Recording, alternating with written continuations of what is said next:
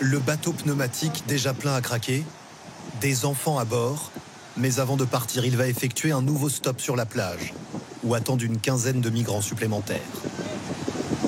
Seulement quelques-uns ont une bouée ou un gilet de sauvetage. Certains ont payé plus de 3 000 € à des passeurs organisés comme une mafia. Nous sommes sur le littoral nord, filmé par un témoin. 6 heures de traversée si tout va bien jusqu'à l'Angleterre. Le bateau est trop chargé. Certains ne pourront pas monter. Au moins une famille est ce jour-là séparée. Des enfants à bord, des parents sur le sable. Cette année, déjà plus de 20 000 migrants ont traversé la Manche, généralement la nuit. Alors les patrouilles se multiplient. Ici, à côté de Calais, les véhicules flambant neufs achetés par les Anglais, à bord les forces de l'ordre sont françaises. Beaucoup de vent cette nuit-là. Peu probable que des traversées aient lieu, mais les policiers quadrillent la zone à la recherche de trafiquants ou de matériel pour les prochaines traversées. Dans le ciel, en appui, les avions de Frontex, les gardes-frontières de l'Europe, qui repèrent comme ici un grand nombre de migrants avant le départ. Les policiers n'ont que quelques minutes pour agir. Au commissariat de Calais, voici les prises de ces derniers jours. Ça, c'est des moteurs pour des bateaux, ils mettent ça sur des bateaux qui mettent. Donc ils peuvent pas, ils avancent pas vite. Ce qui marque plus encore, c'est la faible quantité de gilets de sauvetage récupérés. Souvent, c'est les enfants et les femmes qui ont des gilets, pas les hommes. Autre fait marquant, les passeurs sont de plus en plus violents à l'encontre des forces de l'ordre.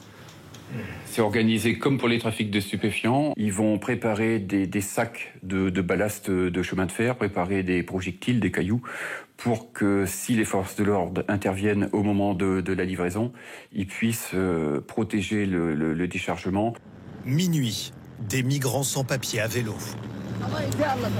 Les policiers vont patrouiller jusqu'au lever du jour, près du port de Calais.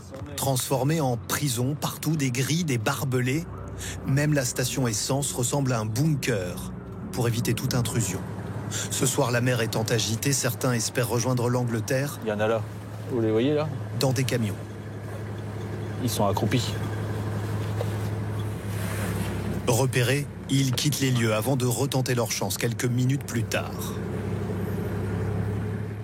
Ils ouvrent les portes arrière et ils montent dans les camions. Ou ils se cachent dans les trappes qui sont sur les côtés des camions. Nous les retrouverons à l'entrée d'un immense parking. Ils sont érythréens, soudanais. Pour eux, la traversée en bateau est trop chère. Ouais, on se rejoint au niveau du terrain BMX. C'est là, dans une forêt, que sont installés d'autres migrants depuis plusieurs semaines. Bon, il serait à peu près une centaine ou une bonne grosse centaine ici. Des candidats au départ.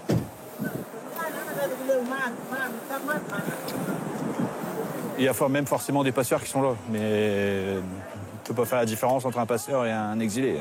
Les policiers n'interviendront pas, leur présence vise à sécuriser les lieux. Du linge sèche sur les grilles, on devine la présence d'enfants. Certains ont à peine l'âge de marcher. Le lendemain matin, nous revenons sans la police. Une association fournit une aide alimentaire au quotidien. Elle est théoriquement interdite, mais tolérée dans les faits. Youssef est érythréen. Son but, c'est de rejoindre Londres. Oui, je veux Londres. Mais pour le moment, je reste ici. Je suis coincé ici.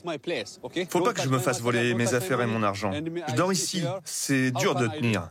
Depuis plus de 15 ans, Yolène est bénévole sur le terrain et aujourd'hui, elle se dit désemparée. Ils ne veulent pas rester en France. Leur objectif, c'est l'Angleterre.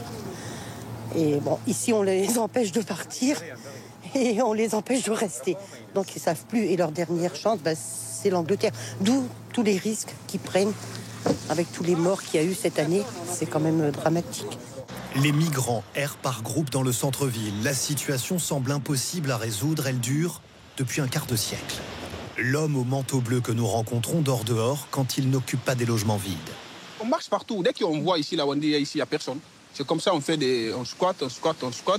Dans des maisons de particuliers? Les anciennes maisons, ça appartient à personne. C'est risqué. On risque pour notre vie, pour avoir une vie digne. C'est pas facile. On a traversé la Libye d'abord, jusqu'en Italie. C'est pas fini. De Boulogne-sur-Mer jusqu'à Calais, dès que la météo le permet, des réseaux très organisés, cachés dans les terres, surgissent en quelques minutes sur les plages. Au total, ce sont 110 km de côte qui sont surveillés à présent et 1700 forces de l'ordre qui sont déployées ici. À Wimereux, très chic station balnéaire et ses alentours, cette bénévole surveille inlassablement les plages pour porter secours aux migrants ayant échoué avec leur embarcation. On sait qu'on va voir des choses qui sont difficiles à voir et il faut qu'on soit prêt, comme quand on part à la guerre. Il faut qu'on soit prêt. Ce sont des gens comme nous, on pourrait être à leur place. Et ça, c'est horrible parce qu'on perd sa dignité. C'est la météo maritime qui donne des indications sur les prochains départs, désormais même en plein hiver, quand l'eau ne dépasse pas les 8 degrés.